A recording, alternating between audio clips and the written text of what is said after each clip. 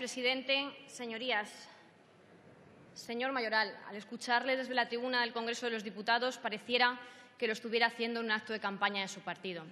Aquí no es necesario gritar, no es necesario sacar pancartas.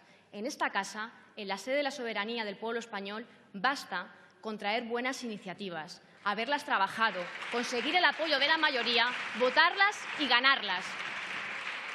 ¿Y sabe además lo que faltaría para que esa ley que ustedes nos traen hoy aquí pudiera ser una realidad?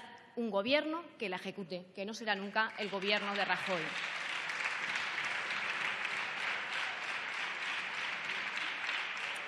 Coincidimos con ustedes en el análisis que hacen de la situación, aunque he echado de menos que en ese análisis hicieran ustedes alusión a que, en gran medida, la situación de pobreza que hoy vive nuestro país se debe al Gobierno del señor Rajoy. Es consecuencia de las políticas que adoptó el Gobierno de la derecha. A veces parecen ustedes más preocupados de otras cosas que de derrotar a ese Gobierno y de criticar a ese Gobierno que ha originado la situación de pobreza que hoy vive nuestro país.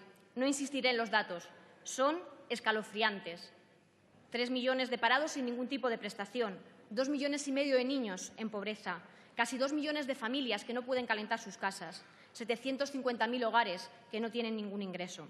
Eso es lo que nos mueve a nosotros, a los socialistas, a plantear un cambio de Gobierno. Un Gobierno que acabe con la desigualdad y con el sufrimiento que está viviendo nuestro país como consecuencia de las políticas del Partido Popular.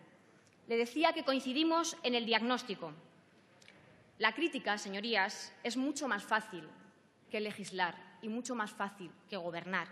Señorías, señor Iglesias y los otros 57 diputados y diputadas que firman esta iniciativa, ustedes ya no son tertulianos de televisión. Ustedes han llegado a este Congreso de los Diputados a representar a los ciudadanos y las ciudadanas españoles. Ustedes deben asumir que esto ya no va de titulares.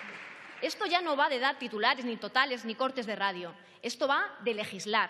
Y como aquí se ha dicho en esta Cámara, esta iniciativa deja mucho que desear. Una ley es algo muy serio, afecta a millones de personas. No solo contiene esta ley errores de forma, a lo que me referiré, sino también tiene muchos errores de fondo. Lo que más nos preocupa a nosotros, a mi grupo parlamentario, es que una ley que dice atender la emergencia social de nuestro país no aborde ni las causas y, desde luego, no ponga límites a esas causas, sino parches a las consecuencias. No se entiende, por ejemplo, que no se regule lo que tiene que ver con la falta de rentas o las rentas más bajas, que no haga mención a planes de choque para el empleo, a la protección social de los desempleados o a un ingreso mínimo vital.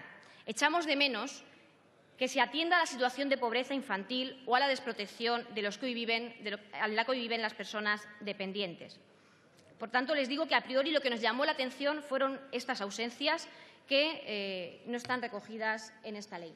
Pero, señorías, si no lo remediamos, y aunque esta ley pase el trámite parlamentario de toma en consideración, sucederá que esta ley ni siquiera agotará el plazo de enmiendas, porque si no lo remediamos, si el día 2 de mayo se convocan elecciones, esta ley queda agotada, decae y no hay solución a ninguna de las propuestas que aquí se han dejado recogidas.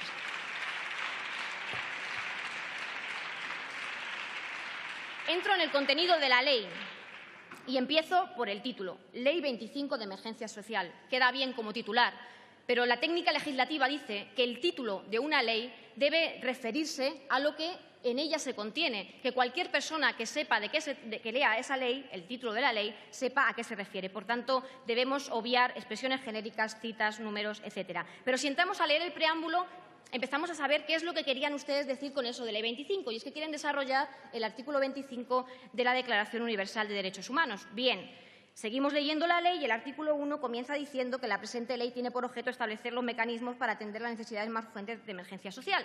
Con todo esto y con la extensión que tiene el artículo 25, que no voy a volver a leer, que ya se ha leído aquí, y teniendo en cuenta que ustedes quieren desarrollar la emergencia social en nuestro país, pensaríamos que iban a abordar en su totalidad la situación de emergencia, pero no. Se han quedado solo en 3 cuestiones: la asistencia sanitaria, la vivienda y los suministros energéticos. Solo 3 cuestiones las abordadas y, además, lo hacen ustedes de manera incorrecta, sesgada e ineficaz. No me voy a detener más en la técnica. Paso a hacerles una última consideración general que también se ha puesto sobre la mesa en esta tarde y que yo creo que es importante, y es la que tiene que ver con la dotación económica. Dicen ustedes que esta ley no genera incremento de dotaciones ni retribuciones ni de otros gastos de personal al servicio público. Miren, hacen caer el peso de esta ley sobre la gestión de los servicios y de los trabajadores de los servicios sociales en nuestro país, que verían incrementada la carga de trabajo, porque todo el peso de las actuaciones en materia de vivienda y de energía se lo hacen recaer sobre ellos. Choca esto con la realidad que viven los servicios sociales en nuestro país y que ustedes parecen desconocer.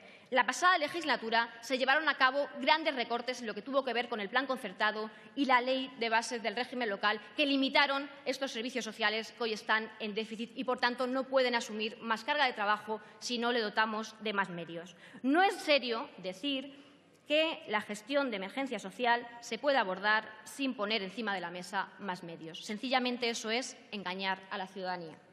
En relación al derecho a la salud, volvemos a entrar en su técnica legislativa. Título primero, artículo único. Este artículo único dice que suprimen el artículo completo y parte de otro, el artículo 1 y parte de otro, el apartado 13º del artículo 4 del Real Decreto 16/2012. Con esta supresión, señorías, ustedes no están recuperando la sanidad universal, que es lo que yo interpreto que ustedes deseaban hacer con esta ley. Pero con esta supresión ustedes no lo están haciendo, nos están dejando en el vacío legal. Pero, señorías, ahí tienen ustedes la proposición de ley para recuperar el sistema universal de salud del Grupo Socialista, que serviría de bases a enmiendas de esta ley y que, sin duda, es una propuesta seria para abordar y recuperar la sanidad universal. En materia de vivienda, me sorprendía también, señor Mayoral, las citas y lo que usted ha dicho que recoge esta ley, porque me hubiera gustado que hubiera señalado en qué artículos concretos de esta proposición de ley que usted nos ha presentado se recogía, por ejemplo, la dación en pago o la reestructuración de la deuda. Sencillamente no aparecen en el articulado de la ley. No aparecen en el articulado de la ley. Han perdido ustedes una oportunidad de reflejar en esta ley las medidas que llevan tiempo haciendo y diciendo en diferentes sitios. Pero más grave nos parece aún que en materia de vivienda no se reconozca en ningún artículo de la ley quiénes son los beneficiarios, es decir, qué requisitos deben cumplir las personas desalojadas para que se hiciera efectiva la garantía del realojo. No dicen ustedes quiénes son los beneficiarios. Por tanto, esta ley queda sin sentido, sin poderse aplicar a aquellas personas que lo precisen.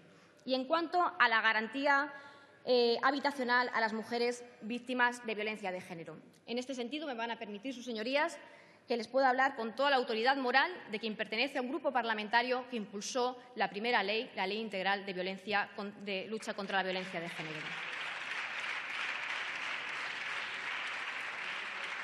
Esta ley, y nosotros creemos que la problemática de la violencia de género ha de abordarse de manera global, no de manera tangencial, como ustedes hacen, refiriéndose solo a esa posibilidad de ese recurso habitacional.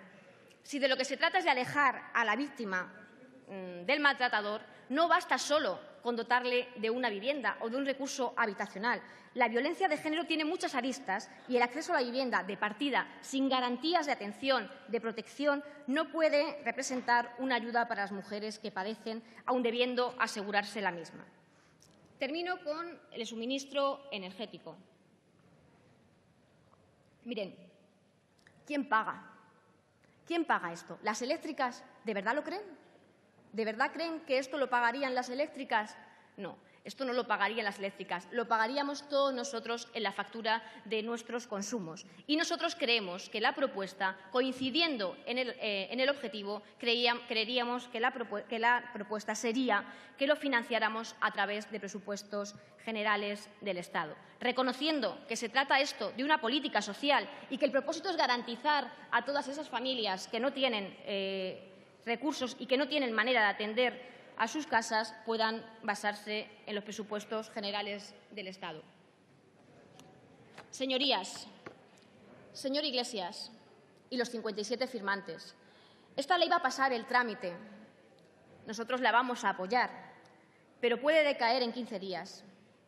Y no será ley porque ustedes no van a apoyar al Gobierno que la lleve a cabo. ¿Y sabe por qué? ¿Sabe por qué la vamos a apoyar? Porque nosotros votamos con ustedes para corregir las políticas de Rajoy, mientras ustedes votan para mantener a Rajoy en el sillón de la Moncloa. Eso es lo que sucede. Esa es la diferencia entre ustedes y nosotros.